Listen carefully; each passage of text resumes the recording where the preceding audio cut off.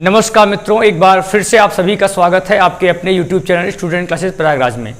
आज हम आपके बीच आंकड़ों का विश्लेषण, डाटा इंटरप्रिटेशन पर आधारित दूसरी क्लास लेकर के आए हैं। इसके पहले आपको DI की जो हमने क्लास बताई थी उसमें आपको बेसिक जानकारी दी गई थी कि आंकड़ा होता क्या है और आंकड़े कितने प्रकार के होते हैं। और इन जो आंकड़े आपको बताए गए थे कि 4 प्रकार के आंकड़े होते हैं।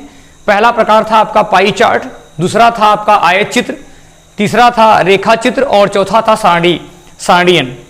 इन चारों प्रकार को पढ़ने के लिए हमने आप सभी को एक बेसिक सूत्र बताया था कि इसको पढ़ने के लिए इन कुछ बेसिक सूत्र हैं जो कि आपके औसत पर आधारित, प्रतिशत पर आधारित और अनुपात समान पर आधारित, ये 3 टॉपिक पर आपको सूत्र हमने बताए थे कि इन्हीं को अगर आप पढ़ लेते हैं तो आपके जो भी चारों टाइप के सवाल हैं वो बहुत आसानी से आपके लग जाएंगे। और जैसा कि आप सभी को पता है कि ये टॉपिक आपके लिए कितना इंपॉर्टेंट है और यूपी SSC में जो आधारित आपकी जो PET का एग्जाम है उसमें इस टॉपिक पर आधारित कुल आपको 20 प्रश्न आने हैं। तो इस 20 प्रश्नों को आप बहुत आसानी से हल कर पाएंगे अगर आप उन बेसिक क्लास को देख करके तब इन क्लासों को देखेंगे। और हम इन क्लासों को हम 4 क्लासों में हम इसको ख़त्म करेंगे। बेसिक क्लास के अलावा आपको 4 क्लासें मिलेंगी जिससे कि आपको हर टाइप के सवाल बहुत आसानी से आप लोग हल कर पाएँ और PET के एग्जाम में आपका 20 नंबर का सवाल बहुत आसानी से लग जाए। तो चलिए शुरुआत करते हैं। आज का ये DI जो है वह पाई चार्ट पर आधारित है। तो सबसे पहले हम आप ये समझेंगे कि पाई चार्ट, जिसको कि हम हिंदी में वृत्त चित्र कहते हैं, ये होता क्या है। वृत्त चित्र में आंकड़ों का वर्णन जो है वो एक वृत्त के रूप में दर्शाया गया होता है और यह आंकड़े आपको 2 तरह से मिलेंगे। एक जो आपका पाई चार्ट मिलता है वह बनता है परसेंट पर और दूसरा जो आपका बनता है अंश पर बनता है। तो इस वाले टॉपिक में हम आपको पाई चार्ट के दोनों प्रकार के सवाल, जिसमें प्रतिशत पर आधारित और अंश पर आधारित दोनों प्रकार के सवालों को हम आपको हल करना बताएंगे। और जब आपका सिंगल अकेला चित्र बना हो तब, पाई चार्ट बना हो तब, और जब 2 तरह के आंकड़े आपको दिए रहें तब, इन सभी प्रकार के सवालों को बहुत आसानी से आप हल कर पाएंगे। तो चलिए, आपके सामने एक आंकड़ा बना हुआ है जिसमें कि दर्शाया गया है कि एक परिवार के विभिन्न मदों में कुल खर्च जो है वो 50,000 रुपया का है। और इनको जो खर्च का जो आंकड़ा है वह पाई चार्ट में दर्शाया गया है। जैसा कि आपको इसमें दिख रहा है कि जो पाई चार्ट बना हुआ है वो परसेंट का है और ये परसेंट का जो पाई चार्ट बनता है वो 100% पर बनता है।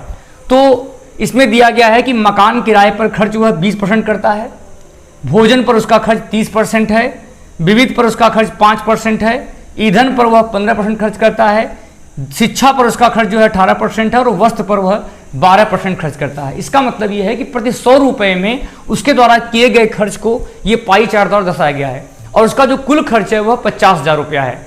इस टॉपिक पर आधारित हम आपके सामने विभिन्न प्रकार के प्रश्न लेकर के आ रहे हैं। तो आप देखेंगे कि बहुत आसानी से इस प्रश्नों को आप हल कर पाएंगे। लेकिन जो लोग हमारी जो बेसिक इसके पहले की जो क्लास थी जिसमें हमने आपको कुछ सूत्र बताया था जिसके माध्यम से आप इन सवालों को आसानी से हल कर पाएंगे, उस क्लास को देख करके तब अगर आप देखेंगे तो आपके लिए बहुत ही अच्छा रहेगा। तो चलिए, इस टॉपिक पर आधारित आपका जो पहला प्रश्न है जो कि आपके स्क्रीन बोर्ड पर अब दिख रहा है, इस प्रश्न में आपसे पूछा जा रहा है कि एक परिवार के विभिन्न मदों में किए गए खर्च का विवरण जो 50,000 रुपया दिया है उस पर आधारित है कि भोजन पर किया गया खर्च मकान के किराए पर किए गए खर्च से कितने रुपए अधिक है।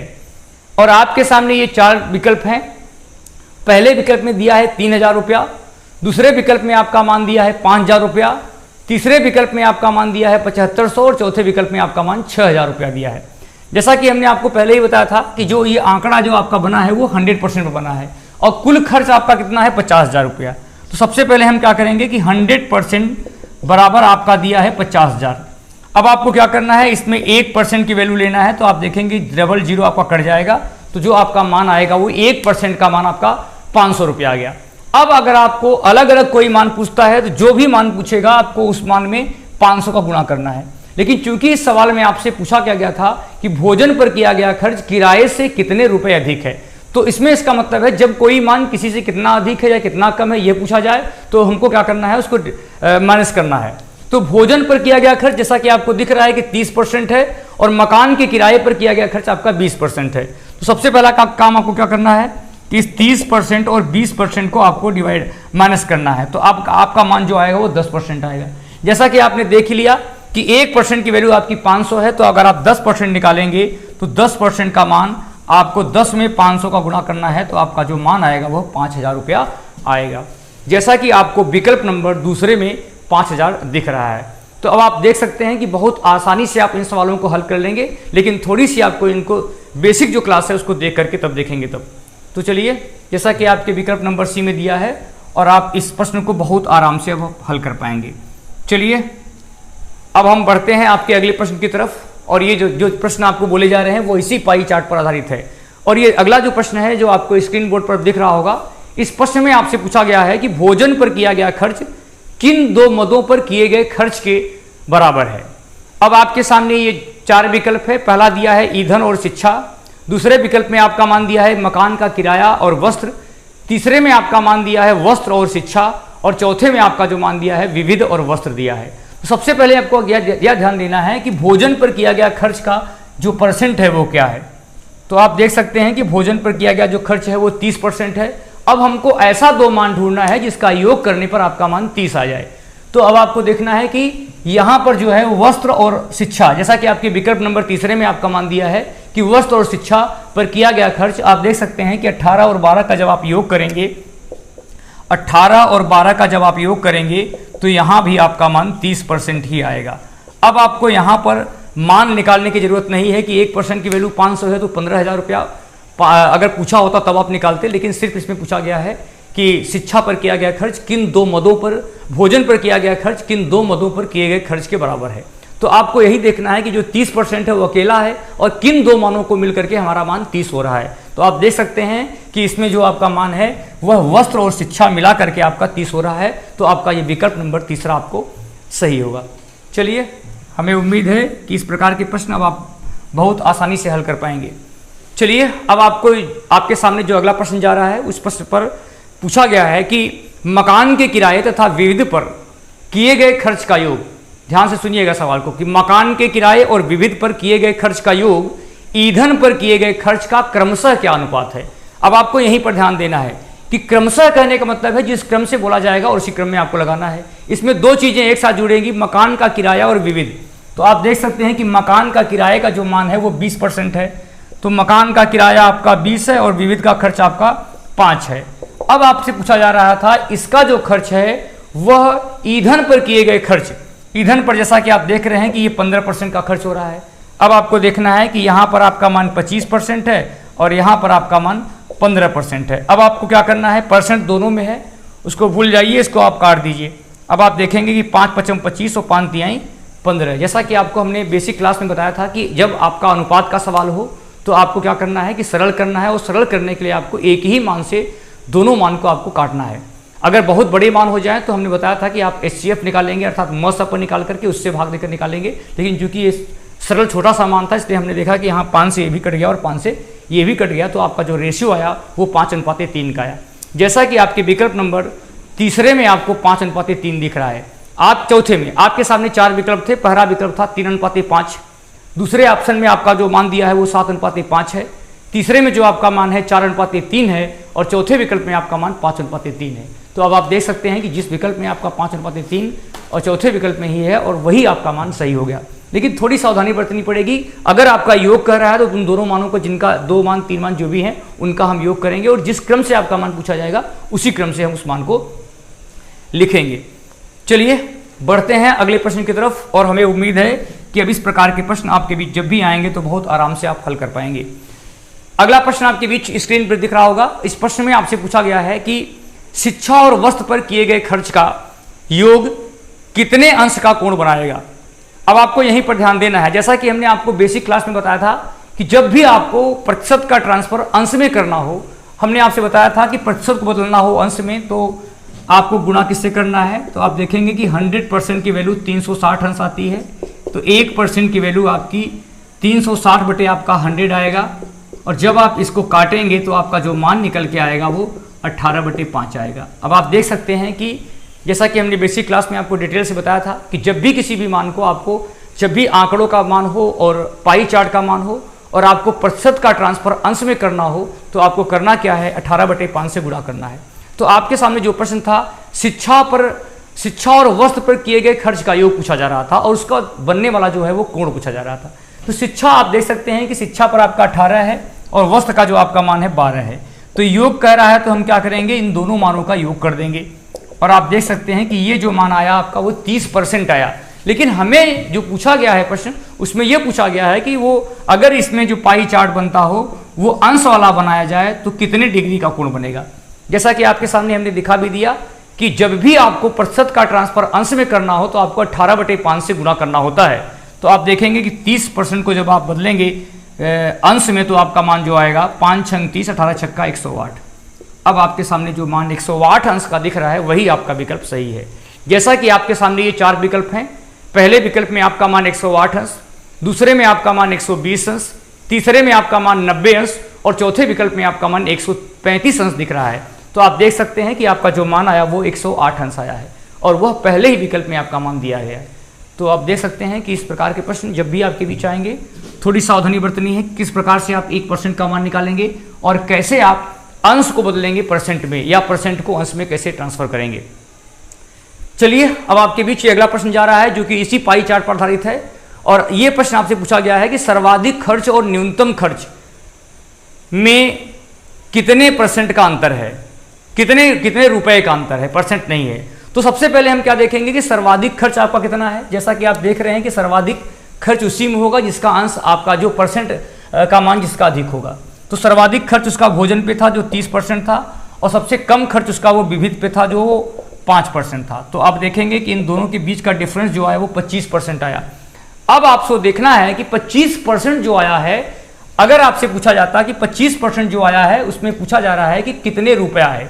जैसा कि आपको पहले ही बताया गया कि 50,000 रुपया 100% का मान था, एक का मान आपका 500 निकला है। तो अब आपको क्या करना है, इस 25 में से आपको 500 का गुणा करना है। तो अब आप देखेंगे कि 25 में जब आप गुणा करेंगे 500 में तो आपका मान जो आएगा 12,500 रुपया आएगा। जैसा कि आपके सामने ये 4 विकल्प हैं। पहला विकल्प था आपका 12,000, दूसरा विकल्प था आपका 15,000, तीसरे विकल्प में आपका मान 12,500 और चौथे विकल्प में आपका 17,000 दिया था। तो आप देख सकते हैं कि तीसरे विकल्प में आपका जो 12,500 दिया है वही आपका आंसर होगा। तो जल्दी से आप लोग लगा लीजिए और आप समझ सकते हैं कि अगर आप बेसिक क्लास को देख करके इस क्लास को देखेंगे तो बहुत आराम से इन प्रश्नों को हल कर पाएंगे। चलिए बढ़ते हैं इस टॉपिक पर आधारित। अभी इस जो पाई चार्ट आपका बना है उस पर आधारित अभी एक प्रश्न आपको और पूछा जा रहा है, फिर इसके बाद आपको दूसरा चार्ट मिलेगा। तो चलिए हम आपके बीच ये प्रश्न लेकर के आए हैं। इसमें पूछा गया है कि ईंधन पर किया गया खर्च मकान के किराए पर किए गए खर्च का कितने परसेंट है। ईंधन पर किया गया खर्च मकान के किराए पर किए गए खर्च का कितने परसेंट है। सबसे पहले मुझे क्या करना है, ईंधन पर आप देखें कितना खर्च हो रहा है उसका। तो ईंधन पर जो खर्च था वो 15% था और मकान के किराए पर जो किया गया खर्च है वह आपका 20% है। तो अब आपको देखना है कि हमने आपको पहले ही बताया था, जो बेसिक क्लास में हमने बताया था कि यक्स वाई का कितने परसेंट है, यक्स वाई का कितने परसेंट है। जब आपके सामने इस प्रकार के प्रश्न आए कि का मान आपका किनारे हो तो आपको कुछ नहीं करना है, शुरू वाला मान ऊपर और बाद वाला मान नीचे करके आपको परसेंट के रूप में लिखना है, 100 के रूप में। तो अब आप देखेंगे कि शुरू में 15 था, बाद में 20 था और जब आप गुणे 100 करेंगे तो आपका मान 20 पंजे 100 और 15 गुणे 5 करेंगे तो आपका जो मान आएगा वह 75% आएगा। जैसा कि आपके सामने ये 4 विकल्प था। पहला विकल्प था 60%, दूसरे विकल्प में आपका मान था 75%, तीसरे विकल्प में आप दूसरे में था 70%, तीसरे में आपका मान था 75% और चौथे विकल्प में आपका 45% था। तो आप देख सकते हैं कि तीसरे विकल्प में आपका मान जो 75% दिख रहा है वही आपका आंसर होगा। चलिए इस प्रश्न पर आधारित आप एक प्रश्न का और जवाब दीजिएगा कि अगर आपसे पूछा जाता कि अगर आपसे ये प्रश्न पूछा जाए कि विविध पर किया गया खर्च कितने अंश का कोण बनाएगा, इसका उत्तर आपको कमेंट बॉक्स में देना है कि विविध पर किए गए खर्च को अगर आपको बनाना हो तो कितने डिग्री का कोण बनेगा, इसका उत्तर आपको कमेंट बॉक्स में देना है। तो आप देख सकते हैं कि इस प्रकार के प्रश्न जब भी आपके बीच आएंगे तो बहुत आराम से आप हल कर पाएंगे। आप देख रहे हैं आपका अपना चैनल स्टूडेंट क्लासेस प्रयागराज, जहां पर आपको कंप्लीट प्रतियोगी परीक्षाओं की तैयारी कराई जा रही है और आपको मैथ, रीजनिंग, जीएस और हिंदी की आपको क्लासें दी जा रही हैं और प्रयास किया जा रहा है कि आपको किसी भी प्रकार के प्रश्न जब भी आपके बीच परीक्षा में आए तो उससे रिलेटेड आपको प्रश्न जब मिले तो आप बहुत आराम से इन प्रश्नों को हल कर पाएँ और समय समय पर जो भी परीक्षाएं आपकी आती हैं उस पर विशेष आपको क्लासें दी जा रही हैं। तो इन क्लासों को आप लोग अगर देखते रहेंगे तो आपको किसी भी प्रकार की समस्या नहीं होगी। तो आइए अब हम देखते हैं, जो आपके सामने ये चार्ट दिख रहा है, ये वह दो प्रकार का अलग अलग आपको आंकड़ा दिख रहा है। इस पर आधारित जो आपको जानकारी दी जा रही है, जो कि किसी विद्यालय में विभिन्न वर्गों में पढ़ने वाले विद्यार्थियों का जो आंकड़ा दिया गया है, जिसमें ये जो आंकड़ा है वह कुल विद्यार्थियों की संख्या जो 4500 है उस पर आधारित है, और यह जो है वो कुल लड़कियों का है। अगर आपसे लड़कों को पूछा जाएगा तो आपको क्या करना है, कुल से जब आप लड़कियों का घटाएंगे तब आपका मान आएगा। और ये जो आंकड़ा दिया गया है वो अलग अलग विषय, जिसमें कि प्रबंधन, कला, वाणिज्य, कैटरिंग, इंजीनियरिंग और विज्ञान। और यहाँ पर जो आंकड़ा आपका दिया है विषय वही है, लेकिन इसमें जो आंकड़ा था वो सबका था, और ये जो है केवल लड़कियों का आंकड़ा है। इस पर आधारित आपके पास सामने जो प्रश्न पूछा जा रहा है, उस पर जो आपके बीच ये पहला प्रश्न आ रहा है, उस प्रश्न में आप देख सकते हैं पूछा गया है कि वाणिज्य अनुशासन में लड़कों की संख्या कितनी है। अब आपको यहीं पर ध्यान देना है कि वाणिज्य अनुशासन में लड़कों की संख्या कितनी है, और आपके सामने ये 4 विकल्प है। पहला है 450, दूसरा जो आपका मान है वो 340 है, तीसरे में आपका मान है 465 और चौथे विकल्प में 476 दिया है। अब आपको देखना है कि वाणिज्य में लड़कों की संख्या निकालने के लिए आपको करना क्या है। तो जैसा कि आप देख रहे हैं, कुल विद्यार्थी आपका 100% की वैल्यू आपकी है 4500। सबसे पहला काम आप करेंगे कि 1% की वैल्यू निकालेंगे, जैसा कि आप देख रहे हैं। इसी तरह यहाँ पर भी कुल लड़कियों का मान अगर आपका ये 2000 तो 1% की वैल्यू जो आएगी वो 20 आएगी। अब आपको क्या करना है कि वाणिज्य में पढ़ने वाले लड़कों की संख्या, तो लड़कों की संख्या आपको निकालने के लिए कुल विद्यार्थियों में लड़कियों की संख्या घटानी पड़ेगी, तभी आपका मान आएगा। अब आपको देखना है कि वाणिज्य में जो आपका परसेंट है वो कितना है। तो आप देखेंगे कि यहाँ पर जो परसेंट है वाणिज्य का वो 21% है। तो ये तो जो है टोटल विद्यार्थी का है। अब फिर क्या करेंगे आप, इसमें से जो है आप लड़कियों का जब निकालेंगे तो आपका लड़कों का आ जाएगा। कुल विद्यार्थियों की संख्या हो गई 45 × 21। अब आप इसको जब गुना करेंगे तो आपका जो मान आएगा वह 945 आएगा। ये हो गया टोटल स्टूडेंट जो वाणिज्य विभाग में पढ़ते थे। अब आपसे पूछा जा रहा था कि वाणिज्य में लड़कों की संख्या, तो लड़कियों की संख्या घटाएंगे तब आएगा। अब आप देखेंगे इसका जो परसेंट है आपका 24 है, और 20 घटाएंगे तो आपका मान आएगा 24 × 20 = 480 आएगा। और जब आप इसमें घटाएंगे तो आपका जो मान निकल के आएगा, यहाँ 5, यहाँ 6, और यहाँ पर जो आप 8 में से 4 घटाएंगे तो आपका मान 465 आएगा। तो अब आप देख सकते हैं कि आपके विकल्प नंबर तीसरे में आपको जो 465 दिख रहा है वही आपका आंसर होगा। थोड़ी सी सावधानी बरतनी है, आपको यह बात ध्यान रखनी है कि आंकड़ा अकेला है कि दो आंकड़े बने हुए हैं। इसके अलावा जो मान दिया है वो परसेंट का है कि अंश का है, तो बहुत आराम से आप सवालों को हल कर पाएंगे। अब 1% अगर 45 आया है तो जिसका भी मान निकालना हो आपको 45 से गुणा कर देना है। इससे आपका टोटल हर डिपार्टमेंट में व्यक्तियों की संख्या निकल आएगी। इसी तरह जो आपको इसमें क्या निकालना है, इसमें जो संख्या 20 से गुणा करने पे आएगी वो लड़कियों की आएगी, और जब आप कुल संख्या से लड़कों की संख्या लड़कियों की घटाएंगे तो आपको लड़कों की संख्या निकल के आएगा। तो चलिए जल्दी से आप लोग लगा लीजिए, जिससे कि हम अगले प्रश्न की तरफ बढ़ सकें। तो हमें उम्मीद है कि अब इस प्रकार के प्रश्न जब भी आपके बीच रहेंगे तो आप बहुत आराम से इनको हल कर पाएंगे। चलिए देखते हैं अगला प्रश्न, जो कि इसी आंकड़े पर आधारित है। और इस प्रश्न में आपसे पूछा जा रहा है कि प्रबंधन अनुशासन में पढ़ने वाले लड़कों की संख्या, ध्यान से देखिएगा, प्रबंधन अनुशासन में पढ़ने वाले लड़कों की संख्या और कैटरिंग में पढ़ने वाले लड़कियों की संख्या में क्या अनुपात है, क्रमशः करके दिया है। इसमें पूछा रहा है क्या अनुपात है। और आपके सामने ये 4 विकल्प हैं। पहला है 20 और 29 का, दूसरा है आपका 19 और 10 का, तीसरा जो आपका है 29 और 20 का, और चौथे में आपका है 15 और 17 का। तो सबसे पहले हम क्या निकालेंगे, प्रबंधन में लड़कों की संख्या। तो प्रबंधन में लड़के कैसे निकलेंगे, जब हम कुल प्रबंधन में, जैसा कि आपके सामने दिख रहा है कि 45 1% का मान है और प्रबंधन में 10% पूरे हैं, तो यहाँ पर जो आपका मान है वो 450 आ गया। अब आप देखेंगे कि प्रबंधन में लड़कियाँ कितनी हैं, तो आपको कुछ नहीं करना है, यहाँ पर 20 × 8 कर देंगे तो आपका 160 आ जाएगा। और जब आप इन दोनों को आपस में घटाएंगे तो जो आपका मान निकल के आएगा वह 290 आएगा। अब आप देखेंगे कि 450 क्या था, प्रबंधन में पढ़ने वाले कुल विद्यार्थी थे, और 160 जो था प्रबंधन की लड़कियां थी।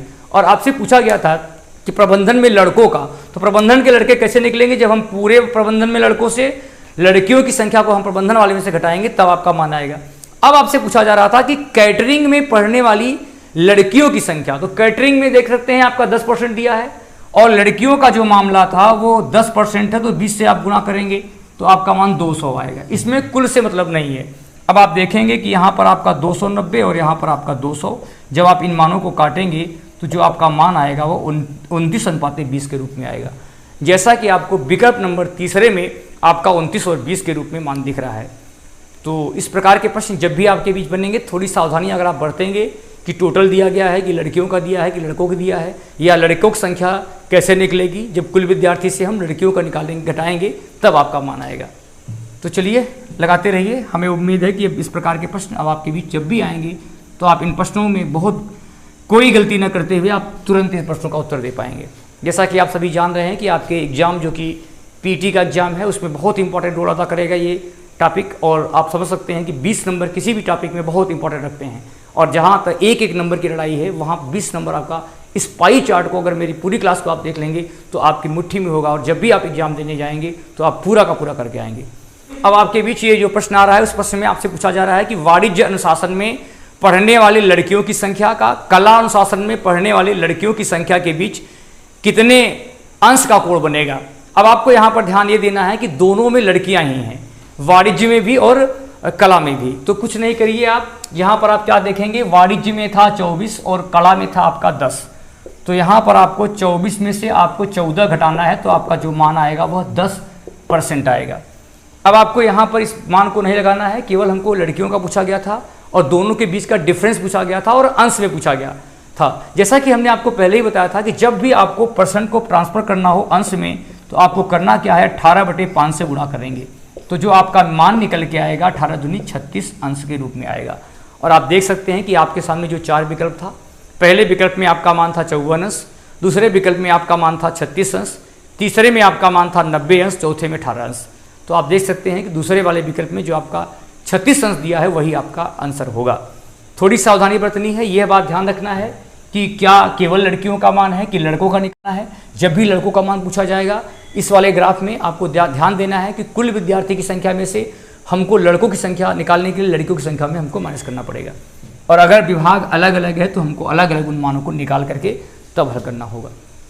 चलिए बढ़ते हैं आपके बीच अगला प्रश्न जो कि इसी टॉपिक पर आधारित है, और इसमें आपसे पूछा गया है कि इंजीनियरिंग में कुल विद्यार्थियों की संख्या वाणिज्य अनुशासन में लड़कियों की संख्या का कितने % है। अब आपको ध्यान देना है इंजीनियरिंग में कुल विद्यार्थी की संख्या।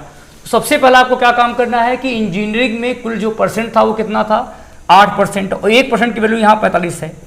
तो आपको करना क्या है कि इंजीनियरिंग में कुल कितने विद्यार्थी थे यह निकालने के लिए आपको इसमें 8 से गुणा करना है। तो 8 पंजे 40, 8 चौक 32, 4 36, ये 360 जो आपका मान आया वह इंजीनियरिंग में पढ़ने वाले कुल विद्यार्थी की संख्या हो गई। अब आपसे पूछा जा रहा है कि वाणिज्य में पढ़ने वाली लड़कियां, जैसा कि आप देख रहे हैं कि वाणिज्य में लड़कियां कितनी थी, 24 थी, और ये जो आपका मान था वो 20% था, तो 24 × 20 बराबर जो आपका मान आएगा वो 480। ये आपका जो मान है वो वाणिज्य में लड़कियों की संख्या है।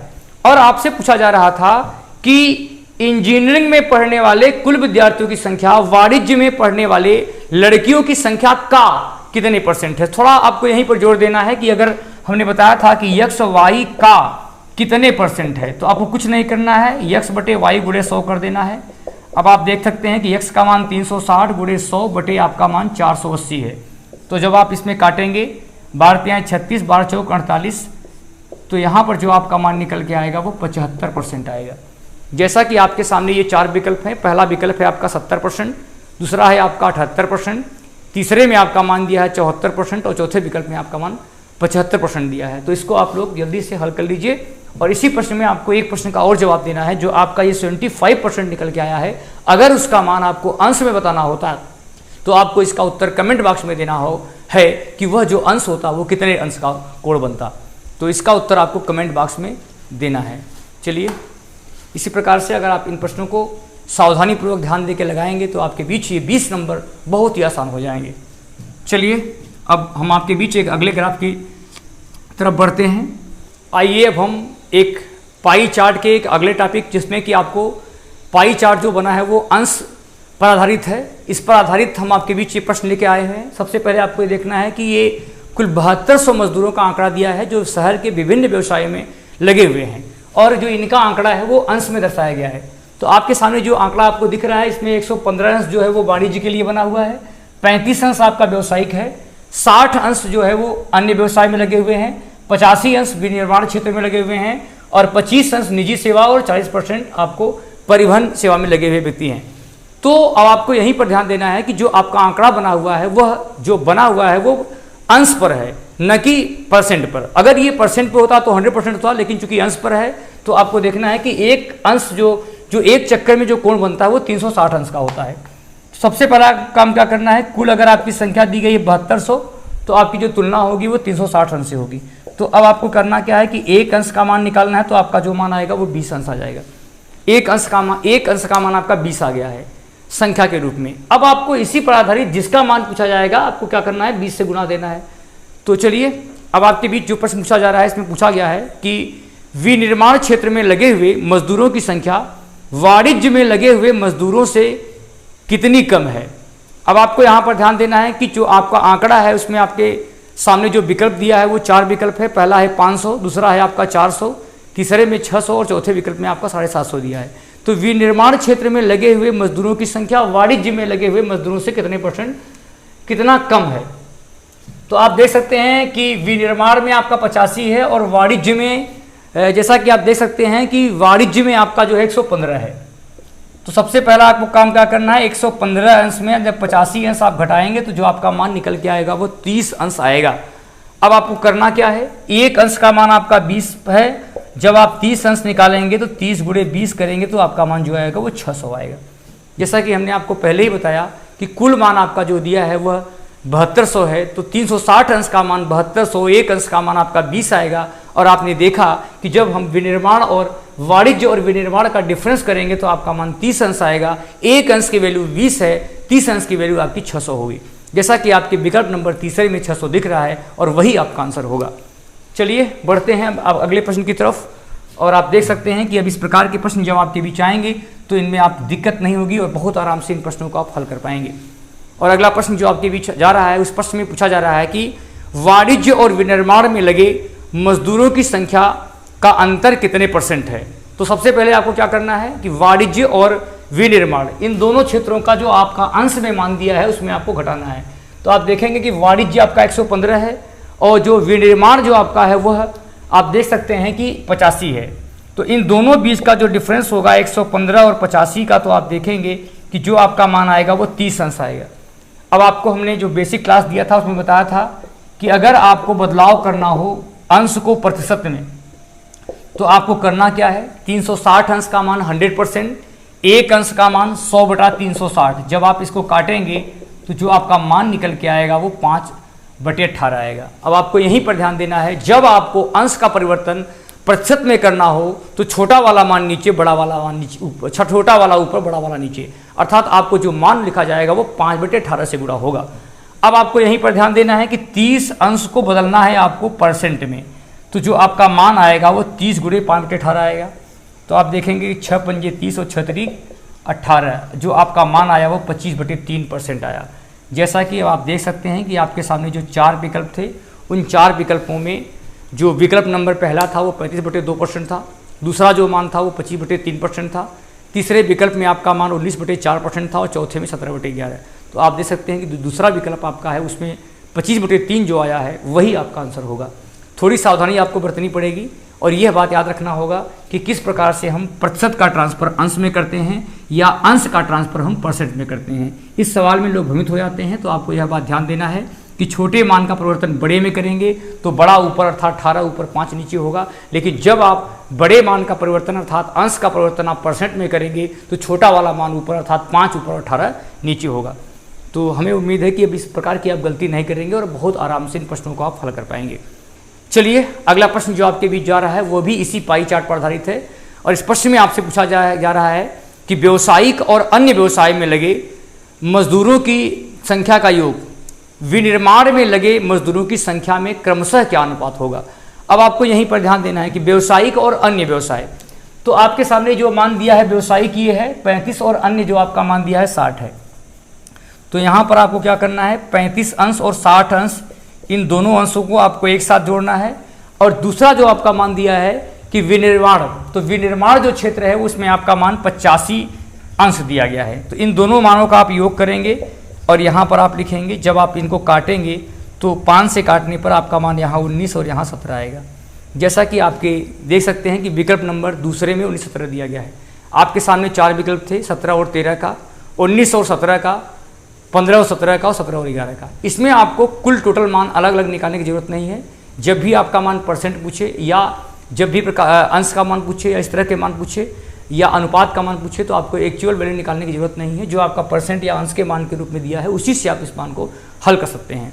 क्योंकि शुरू में आपका 2 अलग अलग आंकड़े का योग था तो हमने इस दोनों को जोड़ लिया और इसको एक अलग था। लेकिन हमें इस बात को ध्यान रखना है कि हमें क्रम से ही सवाल को लगाना है। जिस क्रम से आपका सवाल पूछा जाएगा उसी क्रम से आप इन प्रश्न का उत्तर देंगे। तो चलिए, हमें उम्मीद है कि इस प्रकार के प्रश्न जब भी आपके बीच आएंगे तो आप बहुत आराम से इनको हल कर पाएंगे। चलिए, अब आपके बीच में एक अगला प्रश्न आ रहा हूँ और इस प्रश्न में आपसे पूछा जा रहा है कि निजी सेवा में लगे मजदूरों की संख्या अन्य व्यवसाय में लगे मजदूरों का कितने % है। अब आपको ध्यान देना है कि का मान किनारे है तो शुरू वाला ऊपर, बाद वाला नीचे, गुणे 100 होता है। और आपके सामने ये 4 विकल्प हैं, 109/3, 110/3, 125/3 और 115/3। निजी सेवा में लगे मजदूर की संख्या, तो आपको यहाँ पर ध्यान देना है कि निजी सेवा में जो आपके मजदूर थे वो 25 अंश थे। गुणते आप 100 करेंगे। इसके अलावा जो अगला मान जो आप था वो था अन्य व्यवसाय। तो अन्य व्यवसाय जो आपका था वो 60 अंश है। यहाँ भी अंश, यहाँ भी अंश, अंश को आप भूल जाइए। बस आपको क्या करना है, इस मान को काटना है। जब आप 5 से भाग देंगे तो 5 बार कटेगा, यहाँ पर 12 बार। फिर से अगर आप काटेंगे तो यहाँ 3 बार और यहाँ पर आपका मान 25 आएगा। तो जो आपका मान निकल के आएगा वो 125/3% आएगा। जैसा कि हमने आप सभी को पहले ही बताया था, जब भी इस तरह के प्रश्न आए कि यक्स वाई का कितने % है, तो हमने आपसे बताया था कि x/y गुणे 100 आएगा और जो आपका मान निकल के आएगा वह % में आएगा। तो इस प्रकार के प्रश्न अब आपके बीच जब भी आएंगे तो आप बहुत आराम से इनको हल कर पाएंगे। चलिए, हम बढ़ते हैं अगले प्रश्न की तरफ और यह प्रश्न भी आपका इसी आंकड़े पर आधारित है। और इस प्रश्न में आपसे पूछा गया है कि जिस क्षेत्र में सर्वाधिक मजदूर थे उनकी संख्या और जिसमें न्यूनतम मजदूर थे उनकी संख्या के बीच का जो अनुपात था वो क्या होगा। और आपके सामने ये 4 विकल्प है, 18:23, 5:23, तीसरा है आपका 7:23 और चौथा मान आपका है 3:5 का। सबसे पहले आपको क्या काम करना है कि सर्वाधिक विशेषक कितने हैं, जिसमें आपका % ज़्यादा, अनुपात % ज़्यादा है। 115 अंश यहाँ पर है और जो न्यूनतम है वो आपका मान देख सकते हैं कि ये 25 दिया है। जब आप इनको काटेंगे तो आपका जो मान निकल के आएगा यहाँ 23 और यहाँ पर 5। अब आप देख सकते हैं कि यहाँ जो आपका आंकड़ा आया वो 23:5 के रूप में आपका जो मान आ रहा है वही आएगा। और आपके सामने जो चौथा विकल्प था वही 23:5 का दिया था। तो हमें उम्मीद है कि इस प्रकार के प्रश्न जब भी आपके बीच आएंगे तो आप बिना गलती किए हुए इन्हें हल कर पाएंगे। जैसा कि आप सभी को आज आप यूपी पीटी स्पेशल क्लास आपको पढ़ाई जा रही है और इस क्लास में आपको पाई चार्ट पर आधारित प्रश्नों को हल कराया जा रहा है। और आप समझ सकते हैं कि किसी भी एग्जाम में इसका कितना अहम रोल है और आपको एक ही चार्ट पर आधारित बहुत प्रकार के प्रश्न आपको इनसे पूछ सकते हैं। तो चलिए, अब आपके बीच में एक अगला चार्ट लेके आ रहा हूँ। आइए अब हम आपके बीच एक आंकड़ा लाए हैं जिसमें आपको 2 प्रकार के आंकड़े बने हुए हैं और इस आंकड़ों में आपसे जो ये पाई चार्ट बना हुआ है वो अंश पर आधारित है, जिसमें आपको पूछा गया है किसी कार्यालय में कुल कर्मचारियों की संख्या का आंकड़ा जो है वो अंश में दर्शाया गया है। और इसमें जो अलग अलग डिपार्टमेंट है A, B, C, D, E और F, इसमें जो कर्मचारी लगे हुए हैं उनका आंकड़ा जो है वो इस ग्राफ में दर्शाया गया है।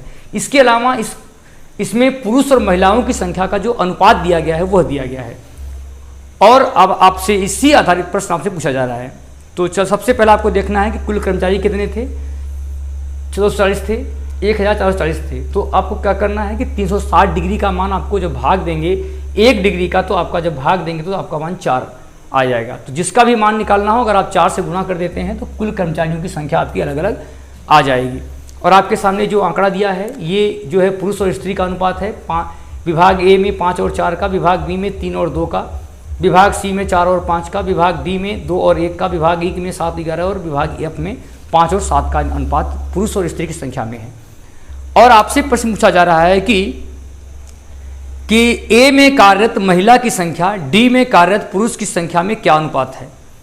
और आपके सामने ये 4 विकल्प है, 12:37, 4:3, 15:19 और 19:15। तो सबसे पहले आपको क्या करना है, विभाग ए में कार्यरत महिलाओं की संख्या। सबसे पहला काम हम क्या करेंगे कि इन पे जो आंकड़े जो कुल कर्मचारी की दिया गया है हम इसमें 4 से गुणा करके निकाल लेते हैं। तो अब आप देखेंगे कि जब हम इसमें 4 से गुणा करेंगे 72 में तो आपका मान 288 आएगा। इसके अलावा बी में अगर आप गुणा करेंगे तो आपका मान 180 आ जाएगा। इसके अलावा जब आप 9 में गुणा करेंगे तो जो आपका यहाँ पर जो आपका मान दिया है आप देख सकते हैं कि जो 9% का मान है तो आपका ये 36 हो जाएगा। इसके अलावा जो आपका 90% है वो जो आपका मान आएगा वो 360 आ जाएगा। इसके अतिरिक्त आपका जो 108 है, अब आपको यहाँ पर ध्यान देना है कि ए का मान आपका कितना आया 280, ये ए का, ये बी का, ये सी का, ये डी का, A B C D E, तो 36 जो आया है वो आपका क्या हो जाएगा, 36 अंश का मतलब होगा 36 गुणे 4, तो ये जो आपका सी का मामला था वो 144 आ जाएगा। इसके अलावा जब आप गुणा करेंगे 9 चौ 36, ये तो सही है सी वाला, सी का मान जो आपका है वो 36 सही रहेगा, 36 संख्या होगी क्योंकि एक यहाँ पर जो आपका 9% है 4 से गुणा करेंगे, डी में 144 होगा। इसके अलावा जब आप इसमें आएंगे तो आपका मान जो है वो 360 आएगा, और जब आप एफ में आएंगे तो जो आपका मान आएगा वो 432 आएगा। ये टोटल अलग अलग प्रकार के माने कुल कर्मचारी की संख्या है। अब आपको क्या करना है, मेल और फीमेल से इसी से हल करना है। अब आपसे पूछा जा रहा है कि विभाग ए में कार्यरत महिला की कर्मचारी की संख्या डी में कार्यरत पुरुष की संख्या में क्या अनुपात है। तो विभाग ए में कार्यरत महिला, अब विभाग ए में महिला पूछ रहा है, इसका मतलब क्या है कि आपका 288 गुणे यहाँ पर महिला माने 4 बटे आपको 9 करना है। तो आप देखेंगे कि यहाँ जो आपका मान निकल के आएगा ये आएगा 32 गुणे 4, ये 32 गुणे 4 का मतलब है, या ऐसे ही लिख दीजिए भी काटने में आसानी होगी। फिर आपसे पूछा जा रहा था कि विभाग डी में कार्यरत पुरुष की, तो विभाग डी में कुल कितने लोग थे, 144 लोग थे, और पुरुष का जो अनुपात था 2, और यहाँ 2 और 1 3 हो जाएगा। जब आप इसमें भाग देंगे तो आपका मान 48 आएगा, और 48 गुणे 2। अब आपको क्या करना है कि 32 गुणे 4 और यहाँ पर 48 गुणे 2 के रूप में आप अनुमान लिखेंगे। जब आप इसे काटेंगे 16 दूनी 32, 16 तियाँ 48, और 2 से 2 आपका मान कट जाएगा, तो जो आपका मान आएगा वो 4:3 के रूप में आएगा। जैसा कि आपके विकल्प नंबर दूसरे में 4:3 दिया है। थोड़ी सावधानी बरतनी है। सबसे पहले मुझे क्या करना है, इस आंकड़ों के माध्यम से हमें अलग अलग उनकी कुल संख्या निकाल लेनी है, किस डिपार्टमेंट में कितने लोग काम करते थे। इसके अलावा अब आपको पुरुष पूछा गया तो हम पुरुष का अनुपात लेंगे, पुरुष माने 5, इससे यहाँ 5 4 9 हो गया। अगर महिला पूछा गया है तो हम महिला का अनुपात लेकर के इसमें हम मान को हल करेंगे। और अगर रेशियो पूछा गया है तो रेशियो जानते ही आप किस प्रकार से आप उन मानों को लिख करके सरल करेंगे। चलिए बढ़ते हैं अगले प्रश्न की तरफ, और ये जो आंकड़े हैं वो इसी पर आधारित ये प्रश्न है। और इस प्रश्न में आपसे पूछा गया है कि विभाग ए और विभाग एफ में कार्यरत महिला कर्मचारियों की संख्या। अब आपको ध्यान देना है कि विभाग ए में और विभाग एफ में कार्यरत महिला कर्मचारियों की संख्या विभाग बी और डी में कार्यरत पुरुष कर्मचारियों की संख्या से कितने का अंतर है। और आपके बीच जो सवाल आ रहा है वो 220 का पहला विकल्प है 220, दूसरा 218, तीसरा 176, चौथे में 143 है। विभाग ए और एफ में कार्यरत महिला, सबसे पहले हम क्या करेंगे, विभाग ए और विभाग एफ, जैसा कि आपको दिख रहा है इसमें महिलाओं की संख्या पूछ रहा है, तो अब आपको क्या करना है कि 288 गुणे 4/9 प्लस यहाँ पर आपको विभाग एफ में देख रहे हैं 432 गुणे 11/18 यहाँ पे करना है। अब देखेंगे आप क्या करेंगे, 9 3 27, 9 दूनी 18, ये जो मान आपका आएगा वो 4 दूनी 8, 128 आ गया। जब यहाँ पर आप भाग देंगे 18 दूनी 36, 18 चौक 72, और जो ये मान आएगा आपका 264 आएगा। अब आपको करना क्या है, इन दोनों मानों को आपका योग कर देना है। 8 4 12, 6 2 8 और 1 9, और 2 1 3, 392 यहाँ पर आपका ये मान आ गया। अब आपको सावधानीपूर्वक इसको जोड़ना है कि कहीं गलती तो नहीं हो रही है। इसके अलावा आपको क्या करना है कि विभाग बी और डी में कार्यरत पुरुष, अब आपको क्या करना है, विभाग बी का और विभाग डी का, इसमें क्या करना है आपका पुरुष। विभाग डी में कितने लोग थे आपके 180 गुणे आप 3/5 करेंगे, और प्लस विभाग डी हो गया, विभाग बी और विभाग डी में देख लीजिए, विभाग डी में क्या है 144 गुणे 1 पुरुष पूछ रहा है, ध्यान देना है आपको, पुरुष पूछ रहा है तो आपका जो रेशियो होगा वो 2/3 यहाँ पर 3 होगा। 3 चौक 12, 3 8 24, यहाँ पर आपका मान 36 आएगा, ये आएगा 108, ये आएगा 96। जब आप जोड़ेंगे तो आपका जो मान आएगा वह 204 आ जाएगा। अब आपको यहीं पर ध्यान देना है कि जो आपका मान आया है, ये जो संख्या है वो ये टोटल जो था वो पुरुषों की संख्या थी विभाग ए और विभाग एफ में, और ये जो संख्या है वो विभाग बी और विभाग डी में महिलाओं की संख्या, ये महिला था और ये पुरुष था। अब आपसे पूछा जा रहा है कि इन दोनों के बीच का डिफरेंस क्या होगा। जब आप इन दोनों को आपस में घटाएंगे तो आप देखेंगे कि 392 में जब हम 204 को 4 का माइनस करेंगे तो आपका जो मान निकल के आएगा, 12 में से 4 गए 8, यहाँ पर जो आपका मान आएगा ये आएगा 8, और ये जो मान आएगा 3 में से 2 गए 1। अब आपके विकल्प नंबर तीसरे में जो 188 दिया गया है वही आपका मान सही है। तो थोड़ा सा आपको ध्यान रखना है कि पूछा क्या गया है, किस प्रकार से आप इन प्रश्नों को हल करेंगे, और पुरुष है कि महिला का पूछा जा रहा है, और कौन सा अलग अलग डिपार्टमेंट है। अगर इन बातों का अगर आप ध्यान रखेंगे तो बहुत आराम से इन प्रश्नों को आप हल कर पाएंगे। चलिए, इस पर आधारित आपके बीच 2 प्रश्न और पूछे जा रहे हैं, जिनका उत्तर आपको इन्हीं टॉपिक को, इसी को देख करके आपको देना है। और इस प्रश्न में आपसे पूछा जा रहा है कि विभाग सी में पुरुष कर्मचारियों की संख्या विभाग ई में महिला कर्मचारियों की संख्या का कितने % है। विभाग सी में पुरुष कर्मचारियों की संख्या, ध्यान से देखिएगा, विभाग सी में पुरुष कर्मचारियों की संख्या विभाग ई में महिला कर्मचारियों की संख्या का कितने % है। तो सबसे पहला काम आपको करना है कि आपके सामने जो 4 विकल्प दिए हैं, पहला विकल्प दिया है आपका 300/11%, दूसरा दिया है आपका 310/11, तीसरे में जो आपका मान दिया है 80/11 और चौथे में 314/17 दिया गया है। तो विभाग सी में पुरुष, सबसे पहला आपको क्या करना है, विभाग सी में पुरुष करना है तो क्या करेंगे आप 36 × 4/9, कि 4 और 5 का योग आपका 9 आ जाएगा। तो आप देखेंगे कि विभाग जो सी था उसमें कितने पुरुष हैं, तो आपका मान आएगा 16 पुरुष है। इसके अलावा आपसे पूछा जा रहा है क्या कि विभाग ई में महिला कर्मचारी, तो विभाग ई में आप देख सकते हैं कि कुल 360 थे और जो महिला का अनुपात था वो 11 था, यहाँ पर 11/18 हो जाएगा। जब आप इसमें भाग देंगे तो आपका मान आएगा 220।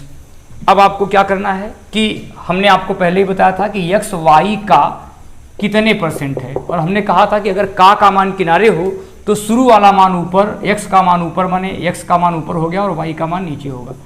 जब आप इस मान को आप काटेंगे तो आपका जो मान निकल के आएगा, यहाँ पर 8, यहाँ पर आपका 11, आप देख सकते हैं कि 80/11 जो आपका मान आया वही आपका उत्तर होगा। जैसा कि आपको विकल्प नंबर तीसरे में 80/11 दिख रहा है और वही आपका आंसर होगा। चलिए, अब आपके बीच ये अंतिम प्रश्न है जिसका उत्तर आपको बताना है। चलिए बढ़ता हूँ अगले प्रश्न की तरफ, और इस प्रश्न में आपसे पूछा जा रहा है कि विभाग एफ और विभाग ए में कुल कर्मचारियों की संख्या के बीच का जो % का कोण बनेगा, % है वो कितना बनेगा। इस सवाल को आप लोग एक बार फिर से सुन लीजिए। इसमें पूछा जा रहा है कि विभाग एफ और विभाग ए में कुल कर्मचारियों की संख्या के बीच अगर पाई चार्ट का जो बना हुआ है वह मान अंश में न बना करके % का बनाया जाए तो दोनों के बीच का अंतर क्या होगा, इसका उत्तर आपको कमेंट बॉक्स में देना है। और आपके बीच ये 4 विकल्प हैं। पहला विकल्प है 18%, दूसरा विकल्प है आपका 15%, तीसरे विकल्प में आपका मान दिया है 10% और चौथे विकल्प में आपका मान 20% दिया है। इसका उत्तर आपको कमेंट बॉक्स में देना है। जैसा कि आपको पहले ही बताया जा चुका है कि किस प्रकार से हम % का ट्रांसफर अंश में करते हैं और अंश का ट्रांसफर % में करते हैं। तो थोड़ी सी बातों को अगर आप ध्यान रखेंगे और बेसिक क्लास को देख करके तब इस टॉपिक को देखेंगे तो बहुत आराम से आप आने वाले सभी प्रकार के प्रश्न आपके बीच समस्या नहीं होंगे और बहुत आराम से आप इन प्रश्नों को हल कर पाएंगे। तो चलिए, आज आपके बीच जो पाई चार्ट का पढ़ाया गया उस पर आधारित हमने 2 प्रकार के चार्ट, जिसमें कि आपका % पर आधारित और अंश पर आधारित दोनों प्रकार के टॉपिक पर हमने